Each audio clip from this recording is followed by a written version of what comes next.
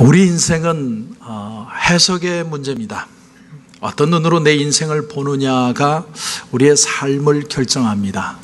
특히나 결국 성품이 여기에 중요한 이유는 그 사람이 어떤 성품을 가지느냐가 자신의 삶의 방향의 키를 가지게 되기 때문에 그렇습니다. 저는 어느 날부터인가 제가 성품이 변해야 성도들이 변할 수 있다라는 생각을 하기 시작했습니다. 제가 목사로서 좀 더 참고 좀 더 인내하고 조금 더 기도하고 조금 더 기다리고 하나님의 뜻을 바라보면 그런 삶의 변화가 있으면 성도들도 같이 변하게 될 것이다, 그런 생각을 하게 되었습니다. 그런데 그런 변화됨의 가장 결정적인 툴이 뭐냐면 바로 믿음이라는 것이죠. 믿음. 여러분, 믿음이 뭘까요? 믿음. 우린 너무나 쉽게 믿음 그러면 믿습니다, 그걸 우리가 믿음이라고 생각을 합니다. 그런데 오늘 말씀이 우리에게 주는 도전이 뭐냐면 믿음이라는 건 전혀 다른 유의 것이다 라고 표현하는 겁니다. 여러분, 인간은 자기가 아무리 잘나고 똑똑해도 자기의 노력으로 하나님을 절대로 기쁘시게 할 수 없습니다. 그런데 오직 믿음만 있으면 하나님을 기쁘시게 할 수 있습니다. 내가 키가 크든지 작든지 내가 가졌든지 못 가졌든지 잘났든지 못났든지 그건 아무 상관이 없습니다. 내게 믿음만 있으면 하나님이 기뻐 받으신다는 거죠. 여러분, 내게 믿음이 있으면 하나님이 기뻐하시고 믿음이 없으면 하나님이 외면하십니다. 이게 우리 신앙의 공식입니다. 그래서 믿음이 굉장히 중요합니다. 여러분, 교회를 다니는 것과 믿음을 가지는 것은 다른 차원의 문제입니다. 히브리서는 우리가 계속 배워오고 있지만 하나님을 안 믿는 사람이 아니라 예수를 처음 믿는 유대교 크리스찬들로서, 유대인이었지만 크리스찬이 된 사람들, 그 사람들에게 지금 향해서 편지를 쓰는 겁니다. 그런데 이 유대 크리스찬들 중에, 유대인으로서 크리스찬 된 사람 중에 핍박이 오니까 그만 예수 믿는 걸 떠나버리는 사람이 생기더라는 거죠. 근데 왜 그럴까? 이유는 간단합니다. 믿음이 없기 때문에. 그 속에서 오히려 환경을 통해서 위로와 소망을 가져야 되는데 오히려 근심과 걱정을 가지게 된 거죠. 왜냐하면 믿음이 없었기 때문에. 그래서 우리가 오늘 말씀을 통해서 믿음이 어떤 거냐를 다시 정의해야 됩니다. 믿음을 다시 하셔야 돼요. 오늘 11장에서 말하는 진짜 믿음이 뭘까요? 11장은 히브리서는 굉장히 시리어스하게 적힌 무거운 복음서인데, 이 복음서가 말하는 아무리 힘든 핍박과 그런 어려운 환경이 되어도 변치 않는 믿음이 과연 뭐라고 소개를 하느냐. 오늘 말씀에 나오는 믿음의 영웅들은 크게 둘로 나눌 수 있습니다. 아브라함이 기둥이고요, 아브라함 전에 세 사람, 아브라함 후의 사람, 그렇게 나눌 수 있습니다. 그런데 오늘 우리가 보는 본문은 아브라함 전에 세 사람입니다. 첫 번째는 하나님께서 기뻐하시는 제사를 드렸던 아벨, 둘째는 죽지 않고 그냥 그대로 하나님의 나라를 간 에녹, 그리고 물심판으로 다 사람이 죽는데 죽지 않고 유일하게 살았던 노아. 우리는 이 아브라함 이전의 세 사람을 통해서 과연 믿음이라는 게 뭘까? 믿음을 지킨다면 어떻게 하나님이 축복하시는 것인가라는 것을 우리가 다시 배워야 됩니다. 우리가 그런데 이 작업을 하기 전에 우선 일단 제일 먼저 우리가 고려해야 될 부분이 뭐냐면, 우리의 믿음을 가장 혼란스럽게 만드는 게 뭐냐면 feeling, 감정입니다. 감정. 우리는 흔히 예수 믿고 나면, 성령 받고 나면 내 마음이 프레시해져 가지고 내가 매일 할렐루야 하고 기쁜 일만 생기고 그랬으면 좋겠는데 그렇지 않습니다. 여러분, A.W. 토저라고 하는 분이 우리 born again 한 사람들을 이렇게 표현했습니다. 여러분 한번 들어보십시오. 중생한 사람은, born again 한 사람은 그렇지 못한 사람보다 종종 더 곤고하다. 왜냐하면 그는 한 사람이 아니라 두 사람이기 때문이다. 그는 그를 하나님과 거룩함으로 끌고 가려는 힘과 그를 죄로 끌고 가려는 힘이 자기 안에 병존한다는 걸 느낀다. 그는 하나님의 자녀지만 여전히 육신적으로는 아담의 자녀요 흙의 아들이다. 이런 도덕적인 이중성이 거듭나지 못한 사람들은 결코 알 수 없는 심리적인 갈등과 고통의 원인이다. 이렇게 표현을 했습니다. 여러분, 이 말씀이 이해가 갑니까? 근데 우리는 어떻게 생각하냐면 믿음이 좋은 사람일수록 자신의 감정을 드러내지 않는 것, 꾹꾹 누르는 걸로 생각을 한다는 거죠. 그런데 여러분, 슬플 때 슬퍼할 줄 알고 기쁠 때 기뻐할 줄 알아야 됩니다. 남의 잔치집에 가가지고 거룩하게 앉아있으면 그건 이상한 사람입니다. 즐거워야죠, 같이. 그리고 상가집에 가면 그 집에 가서 같이 슬퍼하고 그 사람을 위로해 줘야 됩니다. 예수님도 같이 슬퍼하고 같이 기뻐하셨어요. 그러므로 우리가 감정에 대해서 충실할 수밖에 없는 존재임을 인정할 때에야 올바른 믿음이라는 게 생깁니다. 우리 감정이라는 것은요, 마치 흐르는 물 같습니다. 그래서 이 감정을 딱 막아버리면, 참아버리면 감정이 다른 데로 튀어버립니다. 그래서 우리 인간의 감정을 모두 탁탁탁탁 막아버리는 건 불가능합니다. 그런데 이 감정이라는 것은 여러분 잘 들어보십시오. 무엇을 보고 무엇을 경험하느냐에 따라서 발생하는 겁니다. 자, 다윗이 목욕하는 밧세바를 봤습니다. 한 번 보고 두 번 보고 자꾸 보니까, 자꾸 생각하니까 결국은 범죄했습니다. 그런데 반대로 스데반은 자기를 향해 돌을 치는 사람들, 돌을 던지는 사람들을 본 게 아니라 눈을 들어 하나님의 보좌를 봅니다. 그래서 거룩한 죽음을 맞이할 수 있었다는 거죠. 따라서 여러분, 믿음이 있다는 건 감정이 사라지거나 도덕적인 삶의 갈등이 없어지거나 그런 게 아니라 아주 구체적인 충돌을 경험하기 시작한다는 거예요. 그렇다면 내게 다가오는 이런 여러 가지 상황들 속에서 어떻게 믿음의 눈을 가지고 믿음을 지켜내서 하나님의 축복된 인생이 될 수 있느냐. 그래서 오늘 본문의 4절에서 7절까지는 믿음이라는 게 뭐고, 그 믿음을 지켰을 때 어떤 결과를 가져왔느냐를 우리에게 아주 정확하게 표현합니다. 여러분, 이제 4절을 한번 보십시오. 4절 말씀. 믿음으로 아벨은 가인보다 더 나은 제사를 하나님께 드림으로 의로운 자라 하시는 증거를 얻었나니 하나님이 그 예물에 대하여 증언하심이라. 그가 죽었으나 그 믿음으로써 지금도 말하느니라. 우리는 이 짧은 구절 하나 속에서 과연 아벨이 어떤 믿음을 가졌다라는 걸 정확하게 알 수는 없습니다. 그러나 무언가 믿음이 있었고 가인과는 다른 제사를 드렸기 때문에 하나님이 연락을 하셨다는 거죠. 어떤 사람은 이 본문을 가지고 가인과 아벨의 제사에 대해서 가인은 하나님 앞에 그냥 대충 예배를 드리고 아벨은 아주 막 최선을 다해서 드렸기 때문에 하나님이 받으셨다. 여러분, 그렇게 생각하는 분들이 있는데, 여러분, 가인도요, 자기 곡식을 가지고 자기 마음에 감사하는 마음으로 하나님 앞에 최선을 다해 드렸습니다. 자, 여기서 우리가 생각할 수 있는 것이 이겁니다. 사람들은 하나님 앞에 예배를 드릴 때 내 안에 감정이나 생각을 가지고 드리면 된다고 생각을 합니다.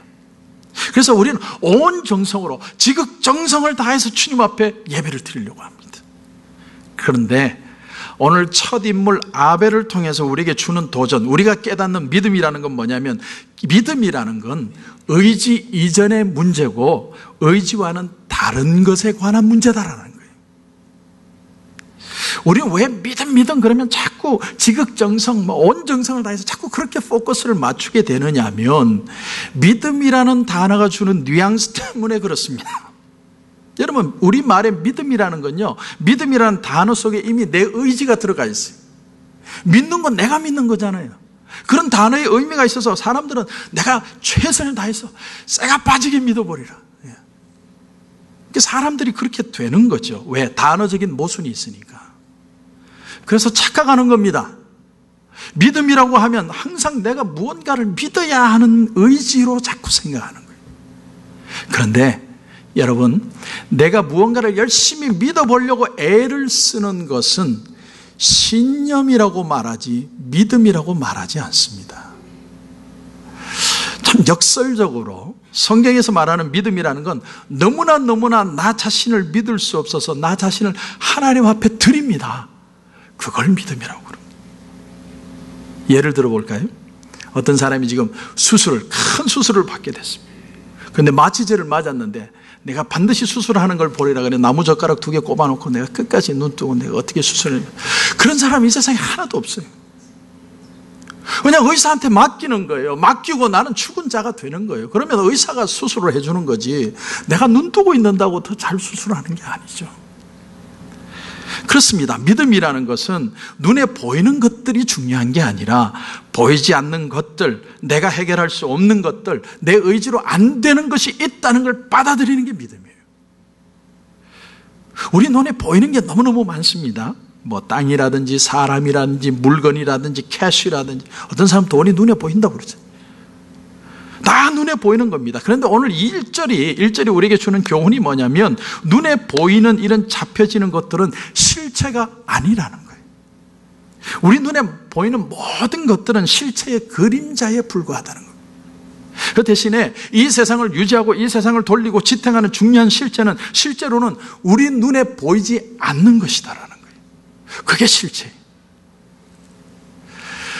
창세기 4장 3절에 보면 가인이 땅의 소산으로 제물을 삼아 예물을 하나님 앞에 드렸다 이런 표현이 나옵니다. 근데 그 예물을요, 그 예배를 뭐 가인이 그냥 그 팥조가리 몇 개 하고 담아내기 하나 뭐 그리고 그냥 여기 그 가지 몇 개 쳐가지고 그렇게 예배 드린 게 아니에요. 오히려 아주 풍성하게 화려하게 드렸을 가능성이 더 많습니다. 그런데 뭘 하는 거예요? 눈에 보이는 것으로 사람들이 봐도 멋있는 것으로 드렸다는 거예요. 사람들이 생각하는 예배가 바로 이런 겁니다. 사람이 하나님 앞에 예배를 드릴 때 내 안에 감정이나 생각을 가지고 드리면 된다고 생각하는 거죠. 그런데 하나님은 이런 예배를 안 받으십니다. 그러면 뭘 하는 거예요? 도대체 어떻게 예배 드리라는 거예요? 여러분, 그래서 아벨의 제사를 한번 생각해 보자는 거예요. 왜 아벨의 제사를 하나님이 받으셨을까? 이런 생각을 해볼 수 있습니다. 여러분 한번 들어보십시오. 두 형제가 어릴 때, 가인과 아벨이 어릴 때 아버지 아담이 어릴 때부터 그들에게 하나님의 말씀을 전하는 걸 들었을 겁니다. 얘들아 인간이 하나님 앞에 죄를 지어서 사람들이 에덴 동산에서 쫓겨났단다. 그런데 쫓겨나는 아빠 엄마를 하나님이 짐승을 잡아 죽여서 가죽옷을 입혀주셨단다. 그래서 너희들도 하나님 앞에 예배 드릴 때는 짐승을 잡아서 회개하는 마음으로 그렇게 하나님 앞에 드려야 된다. 아마도 아담이 그렇게 가르쳤을 것 같습니다. 그래서 아벨은 어떻게 보면 너무나도 야만적이고 끔찍한 일이지만 그 가죽 껍질을 벗겨서 짐승을 죽이는 제사로 내가 죽고 하나님만 살기를 원합니다. 그런 마음을 가지고 하나님 앞에 예물을 드렸다는 겁니다. 여기서 오늘 여러분 첫 번째로 생각할 아벨을 통해서 우리가 배우는 믿음, 첫 번째 믿음의 정의는 뭐냐면 믿음이라는 것은 눈에 보이지 않는 하나님의 말씀을 믿는 태도다라는 거예요. 여러분 그럴 때 예배의 결과가 완전히 다릅니다. 하나님이 연락하세요. 축복하시기 시작하십니다.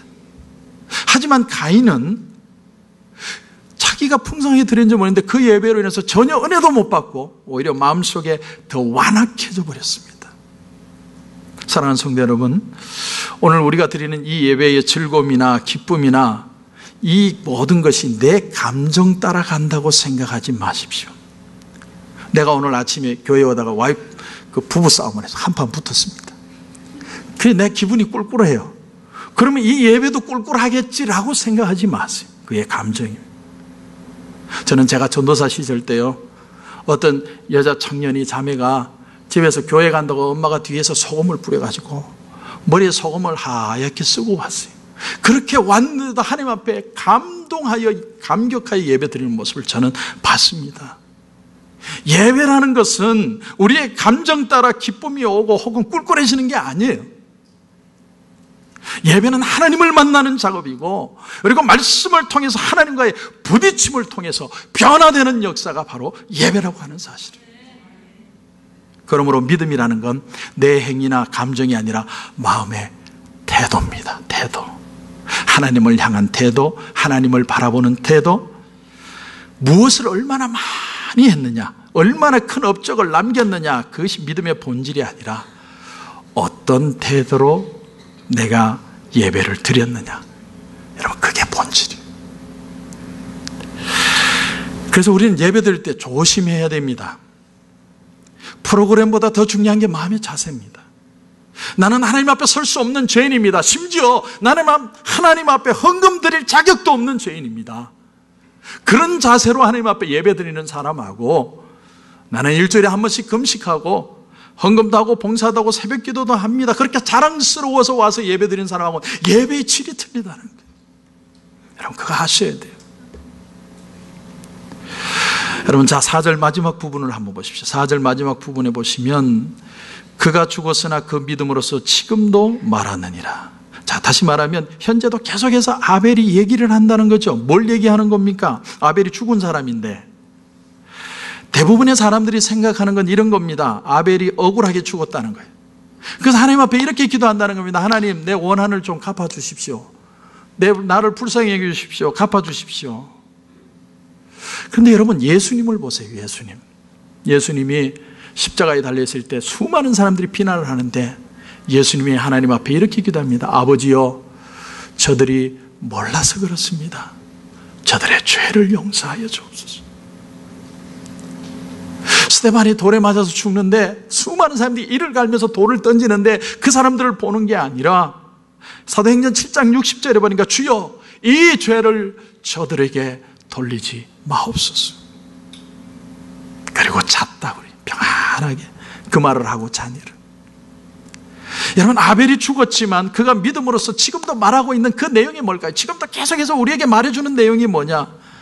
하나님, 저의 제사는 물론 내가 회개하는 심령으로 나의 죄를 위해서 기도드리며 예배도 드리지만 오늘 가인을 위해서도 하나님, 내가 예배를 드립니다. 하나님, 가인을 불쌍히 여겨 주시옵소서. 그런 기도를 드리지 않았을까요? 왜냐하면 그 아벨의 예배 후에 하나님이 가인에게 표를 주셔서 어떤 사람도 가인을 죽이지 못하도록 만드신 은혜를 보면 아벨이 용서의 예배를 드렸을 것이다. 사랑하는 성도 여러분, 믿음이라는 것은요, 우리 눈에 보이는 행위나 생각이 아니라 우리의 태도입니다. 내가 하나님 앞에 어떤 존재냐, 그것을 깨닫고 하나님 앞에 용서를 구하는 게 예배예요. 오늘 이 예배를 드리다가 하나님을 향한 저와 여러분의 태도가 달라질 수 있기를 주님의 이름으로 축원합니다. 눈에 보이지 않는 하나님의 말씀에 부딪혀서 새로운 희망을 가지시기를 주님의 이름으로 축원합니다. 자, 또 한 사람의 대표가 나옵니다. 여러분, 에녹이죠. 5절을 보십시오. 5절 말씀을 보니까 믿음으로 에녹은 죽음을 보지 않고 옮겨졌으니 하나님이 그를 옮기심으로 다시 보이지 아니하였느니라. 그는 옮겨지기 전에 하나님을 기쁘시게 하는 자라 하는 증거를 받았느니라. 자, 에녹은 죽지 않고 직통했습니다. 바로 하나님 나라 갔습니다. 어떻게 그럴 수 있죠? 그 답이 오늘 5절의 중간쯤에 나옵니다. 보시면 그는 옮겨지기 전에 하나님을 기쁘시게 했다는 거예요. 에녹은 살아있는 날 동안 하나님을 기쁘시게 했던 사람입니다. 다시 말하면 에녹이 하는 행동이나 모든 것마다 하나님이 좋아하셨다는 거예요. 너무너무 좋아하셨다. 여기서 두 번째로 생각하는 믿음, 정말 믿음은 어떤 믿음이냐? 하나님을 기쁘시게 하는 것이 믿음이에요. 여러분, 그러면 하나님을 어떻게 하면 기쁘시게 할 수 있죠? 그 사실을 알려면 우리가 창세기로 가야 되는데, 창세기 5장 24절에 보면 에녹이 하나님과 동행하였다. 다시 말하면 에녹에게는 하나님이 굉장히 실제적인 분이셨다는 거예요. 뭐에 비유할 수 있냐면 하나님은 마치 에녹에게는 공기 같은 존재였어요. 공기. 여러분, 대부분의 사람들이 생각하는 하나님은요, 관념적인 하나님이었어요. 그래서 많은 분들이 이렇게 기도합니다. 주여, 제가 무엇을 하기를 원하십니까? 주님, 제게 어떻게 하기를 원하십니까? 주님, 제가 어디서 해야 될까요? 내 인생의 결과는 어떻게 됩니까? 길을 가르쳐 주시면 가겠습니다. 그런데 그런 우리의 기도에 주님이 오늘도 찾아오셔서 하시는 말씀이 뭐냐면, 그럴 필요 없다. 내가 길이다. 나하고 하루하루 그대로 걸어가면 된다. 주님이 그 말씀하시는 거예요. 많은 사람들이 믿음을 가지고 싶어 하는데 믿음이 없는 이유가 뭐냐면 이미 우리 안에 살아계신 예수님을 바라보지 않기 때문에. 예수님이 너무나 관념적이에요. 관념적. 마태복음 15장에 보면요, 예수님이 제자들과 함께 이방 땅 두로 지방을 찾아갑니다. 근데 가나인 여인 중에 하나가 예수님을 찾아오죠. 예수님 앞에 무릎을 꿇고 막 울면서 얘기합니다. 예수 선생님, 다윗의 자손 예수여, 나를 불쌍히 여기옵소서. 내게는 흉악한 귀신 들린 딸이 있습니다. 원문에 보면 여인이 소리를 질렀다는 말이 미완료 시제로 되어 있습니다. 헬라어에서 미완료 시제는요, 계속 반복하는, 계속. 그냥 귀찮을 정도로 들어줄 때까지 그렇게 고함을 지르면서 우는 거예요. 근데 예수님이 성경을 보면 한마디도 대답 안 하세요. 자, 우리를 한번 보세요. 우리 새벽마다 교회에 나와서 하나님 앞에 기도합니다. 자식의 문제를 놓고, 남편의 문제를 놓고, 주여 변화시켜 주옵소서. 근데 어느 날 밤에 남편이 술 먹고 늦게 들어오면 하는 말이, 내가 저 인간 때문에 못 살아. 도대체 기도를 해도 인간이 변하지를 않네. 금요 예배에 은혜 받고 집에 가가지고 할렐루야로 갔는데 자식이 엉뚱한 짓을 하는 걸 봤습니다. 도대체 네가 인간이냐? 너는 왜 그렇게 안 변하냐? 여러분, 믿음이 있다는 거하고 소원이 있다는 것이 얼마나 다른 줄 아세요? 딸이 흉악한 귀신 들려서 그 어머니가 예수님 앞에 나와서 절규할 때 주님의 대답은 딱 하나였습니다. 자녀의 떡을 취하여 개들에게 던짐이 마땅하지 아니하다. 죄송합니다. 넌 개다, 이런 뜻이. 얼마나 기분 나쁜 소리. 그럴 때 우리 대답은 이런 거죠. 뭐 죽으면 되지 뭐. 지금까지도 그렇게 살아왔는데. 근데 당신 왜 나한테 개라고 그래? 그게 우리 반응이에요. 그런데 여러분, 이 여인의 대답을 보십시오. 내가 개면 어떻고 고양이면 어떻냐는 거예요. 마태복음 15장 27절에 보니까 여자가 이르되 주여 올소이다마는 개들도 제 주인의 상에서 떨어지는 부스러기를 먹나이다. 여기에서 예수님이 그만 가슴이 뜨거워졌어요. 감동을 먹어버렸습니다. 그래서 예수님이 이 여인에게 말합니다. 여자여, 네 믿음이 크도다. 원문에 보면 메가톤급이다. 네 믿음 최고다, 이렇게 얘기해요. 그리고 주님이 그 딸을 고쳐주십니다. 여러분, 이 여인은 주님의 말씀에 집착한 게 아니라 주님을 본 거예요. 주님을 관념적으로 믿는 게 아니라 주님을 실제적으로 믿었어요. 주님이 아무리 실망하는 말을 해도 나는 주님만 봅니다. 그래서 기적을 체험한 겁니다. 여러분, 에녹이 살던 당시에는 노아의 홍수 이전이기 때문에 모든 사람들이 극도로 타락했어요. 극도로. 여러분, 사람이 뭐 때문에 타락하고 방황하는 줄 압니까? 눈에 보이는 것만이 다인 줄 알기 때문에 그래요. 하지만 에녹은 같은 세상을 살면서도 같은 것만 본 게 아니라 보이는 것 속 뒤에 보이지 않는 하나님의 숨결을 느끼기 시작했다는 거예요. 그래서 하나님을 자신의 인생의 주인으로 생각해요. 그게 무슨 말이냐면 내가 하나님 눈치 보면서 살겠다는 거예요. 내가 지금까지는 남편 눈치 보고 아이들 눈치 보고 세상 눈치 보고 살았는데 이제부터는 내가 하나님 눈치 보고 살겠습니다. 여러분, 이거예요. 하나님이 이 세상에 가장 좋아하는 사람이 어떤 사람인 줄 아세요? 삶의 순간순간마다 하나님을 인식하는 사람.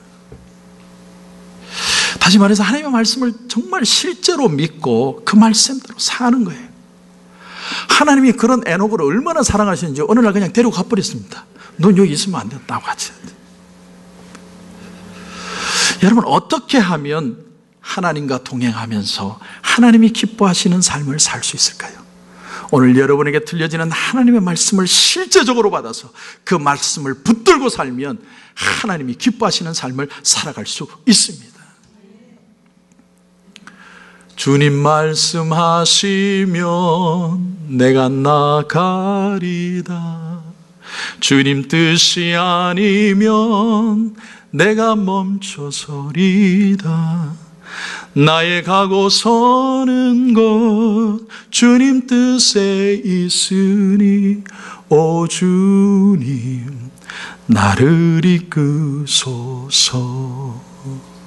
사랑하는 성도 여러분, 눈에 보이지 않지만 살아있는 하나님의 말씀을 붙들고 승리하시기를 주님의 이름으로 축원합니다. 다음 7절입니다. 여러분 7절을 보십시오. 믿음으로 노아는 아직 보이지 않는 일에 경고하심을 받아 경외함으로 방주를 준비하여 그 집을 구원하였으니 이로 말미암아 세상을 정죄하고 믿음을 따르는 의의 상속자가 되었느니라. 세 번째 믿음의 사람은 노아입니다. 그런데 이 한 절 속에 노아의 여러 가지 믿음의 특징이 나옵니다. 첫 번째가 뭐냐면 노아는 안 보고 경고를 받아들였습니다. 눈에 일어나는 게 아무것도 없어요. 그런데 하나님의 경고를 받아들였어요. 그래서 방주를 지은 거죠. 이런 방주가 뭡니까?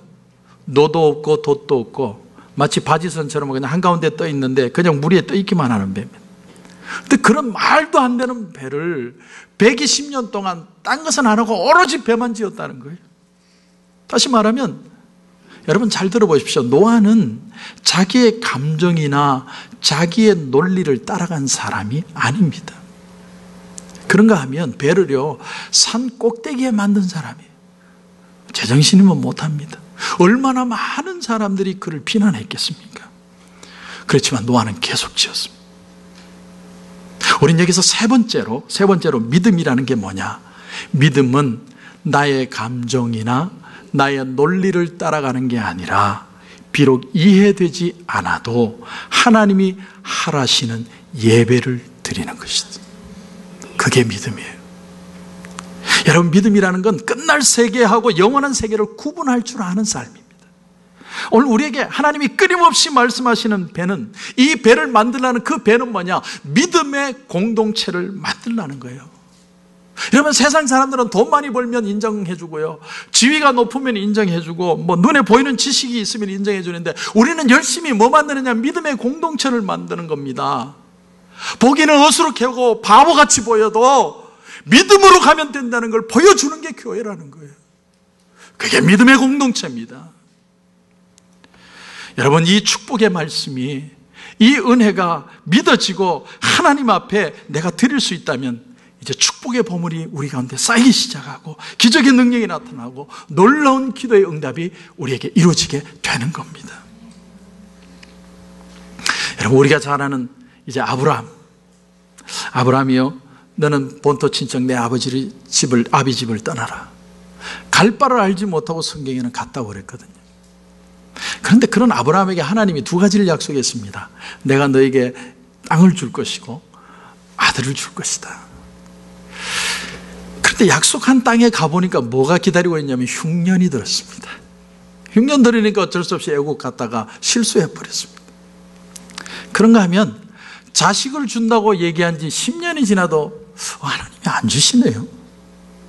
그래서 어느 날 첩을 하나 얻어가지고 아들을 아예 만들어버렸습니다. 자기가. 근데 그렇게 실수를 하는데도 하나님이 25년 만에 나타나셔서 내가 내년 이맘때에 너한테 아들을 주겠다. 25년 전에 듣던 말씀입니다. 오랫동안 기다렸어요. 근데 기다리면서 완벽하게 기다린 게 아닙니다. 실수하고 사고치고 문제 생기고 그러면서 기다렸습니다. 얼마나 길티 필링이 많은 줄 아세요? 나는 하나님의 말씀을 들을 자격이 없는데, 그런데 그럼에도 불구하고 주여 말씀하십니까? 아멘, 믿습니다. 창세기 15장 6절에 보면요, 아브라함이 여호와를 믿으니 여호와께서 이를 그의 의로 여기셨다, 이렇게 표현을 합니다. 여러분 그냥 믿어버린 거예요. 내가 그동안에 과거에 무슨 사고를 치고 어떻게 살아오고 뭐가 문제가 있고 그런 거 다 잊어버리고 하나님 지금 나한테 말씀하세요? 예스, 지금부터 다시 시작하겠습니다. 하나님이 그 아브라함의 믿음을 보고 의롭게 여기셨다는 거예요. 저는 저와 여러분이 하나님 앞에 의롭다 칭함을 받는 역사가 날마다 있기를 주님의 이름으로 축원합니다. 오늘 세 사람의 믿음을 제가 여러분에게 말씀을 드렸습니다. 정리를 해보면 믿음이라는 건 아벨처럼 눈에 보이지 않는 하나님의 말씀을 믿는 태도다. 또 하나는 여러분 믿음이라는 건 에녹처럼 하나님을 관념적이 아니라 실제적으로 믿어야 한다. 또 하나 마지막으로 노아의 믿음은요, 나의 감정을 따르지 않고 비록 이해되지 않아도 하나님이 하라시는 예배를 드리는 삶이 믿음이다. 오늘 저와 여러분이 우리가 다 부족합니다. 돌아보면 실수도 많이 했고 넘어지기도 많이 했습니다. 그러나 아브라함처럼 오늘 이 시간에 말씀을 듣다가 여러분 가슴 속에 하나님이 무언가 말씀하는 게 있다면 예스! 과거는 보지 마세요. 지금부터 다시 시작하는 거예요. 그러면 하나님이 그것을, 그 믿음을 의로 여기셔서 지금부터 축복의 역사로 이어가시겠다는 거예요. 보이는 것 속에 보이지 않는 것을 잡을 줄 알아야 돼요. 그게 믿음입니다. 그렇게 믿음에 서면 하나님이 여러분을 다시 축복해 주실 것입니다. 그런 놀라운 은혜가 여러분 가운데 넘치시기를 주님의 이름으로 축원합니다.